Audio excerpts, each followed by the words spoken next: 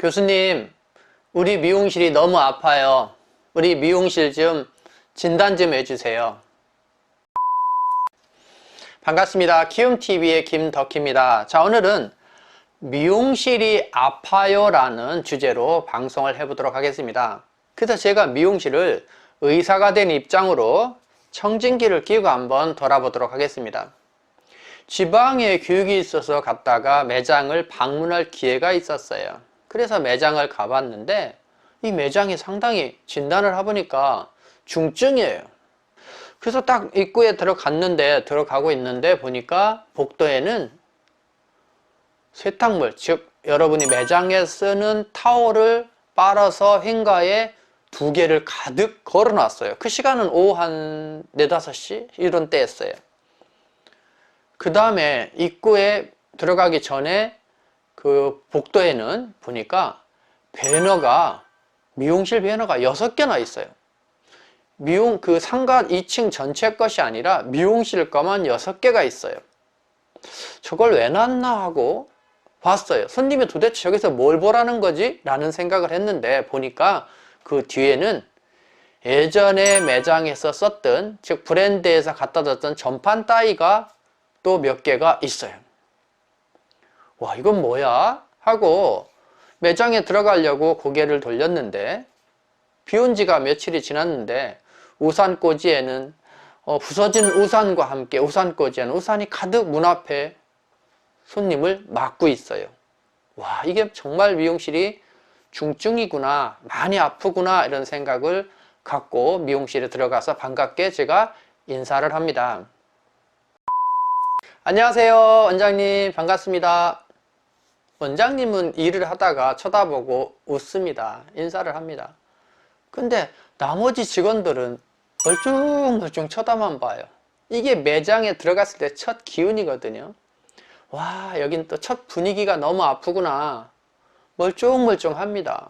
그래서 아마 원장님이 교수님 오셨어 라고 한 것 같아요. 그 중에서 선배가 와서 안녕하세요, 차 한잔 드릴게요 하는데 제가 그랬죠. 기다렸어요, 고마워요 하고 차를 주는데 냉주스를 한 잔 주더라고요. 고마웠죠. 속으로 그랬습니다. 얼음을 안 먹는데 나는. 그래도 그 상황에서 접객을 해주니까 고마웠어요. 그리고 주스를 마시고 매장을 이렇게 돌아봅니다. 그랬더니 크리스마스가 얼마 안 지났죠. 지금이 3월 말 4월 가까이 가니까 아직도 깜빡깜빡 추리가 움직여요. 뭘 의미할까? 이 매장은 정말 아픈 곳이 많구나, 그런 생각을 했습니다. 차를 마시고 매장을 돌아보면서 또 한 번 놀란 것은 미용실에서의 어떤 느낌의 비중이 미용실이 아니라 어떤 브랜드의 그걸 뭐라고 하죠? 키핑 제품. 매장이 그냥 전체가 키핑 제품으로 미용실을 압도하고 있어요. 분명한 거는 그 회사도 그것을 원하지는 않을 거라고요. 즉 미용실이 활성화가 되고 키핑이 되는 거지, 키핑이 미용실을 눌러버리면 안 되는데 이 분위기는 꼭 그런 거였어요. 아마 본인은 모를 겁니다. 우리 미용실이 아니라 키핑장으로 우리 미용실의 색깔을 다 모두 감췄다라는 거예요. 여러분은 어떻습니까? 라는 거 한번 생각해 보셔야 됩니다. 키핑이 옳고 나쁘고를 얘기하는 것이 아니라 여러분이 그 연출을 어떻게 하느냐라는 부분이에요. 그래서 이게 너무하구나 라는 생각을 했는데, 그리고 이제 제가 꼭 가보는 샴푸실을 가니까 샴푸실은 원터치 하면 자동으로 눕혀집니다만은 우리가 일반적으로 이야기하는 티코 샴푸도기가 여전히 있어요. 그래서 여기는 또 샴푸실도 아프구나, 그렇게 이제 제가 진단하고 조제실과 직원실을 모두 가봤습니다. 그래서 청진기를 대는 곳곳이 모두 아파요. 그리고서 나와서 원장님을 보니까 원장님이 일에 쩌들려서 손님은 많고 직원들은 원활히 안 따라주고 이게 시스템이 안 되다 보니까 얼마나 매장을 운영해야 되잖아요. 일에 쩌들려서 그러는데 얼굴이 아파요. 원장님이 얼굴도 아프고 마음도 아프고, 와, 이것은 적어도 이렇게 제가 청진기를 대본 이 미용실은 한 5군데 정도가 아파 있어요. 이미 이 아픔이 전이가 너무 많이 됐어요. 그래서 이 본인은 아마 모릅니다. 이거를 알 수도 있지만, 그러나 외부에서 한번 가보면 이 매장에 무엇이 문제 있다라는 것이 그냥 확 보이거든요. 그래서 그런 것들을 케어해주고 진단해 줍니다. 그래서 여기는 총체적인 아픔이 있구나라는 부분이에요. 무엇부터 풀어야 될까라는 거죠.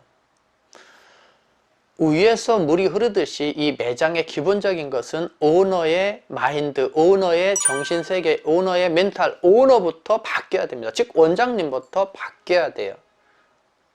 근데 아직도 기술만 올인하는, 즉 예전에 디자이너였던 때의 사고방식으로 계속 가고 있지 않느냐라는 생각을 안 할 수가 없었습니다. 제가 방송에서 말씀드리지만 여러분이 기술을 배워서 미용을 하지만 그러면 묻는 거예요. 직원관리 묻는 거예요. 매장 경영 묻는다고요.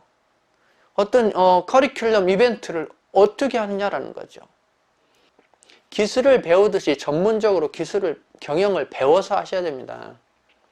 그냥 눈 너머로 배우지 않았느냐. 즉 정리하면 기술을 배웠듯이 경영도 여러분이 체계적으로 배워서 하셔야 된다. 그래야 직원관리, 그래야 마케팅, 경영관리, 매장관리, 매뉴얼 기본적으로 세팅을 합니다. 그래도 다행인 것은 이제서 그 어려움을 겪다 보니까 원장님이 병을 치료할 수 있는 마음이 생겼어요.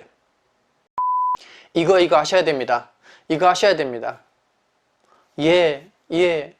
제가 2년 전에 가서 이렇게 하셔야 됩니다 해도 2년 만에 갔는데 아무것도 안 바뀌었단 말이에요. 근데 여기서 중요한 건 뭐예요? 2년 동안 열심히 안 했느냐 하면 절대 그렇지가 않아요. 근데 안 바뀌었단 말이에요. 근데 이제는 받아들이는 거죠. 그래서 그것은 하나의 좋은 점이었지만 빨리 받아들였으면 어땠겠냐라는 거죠.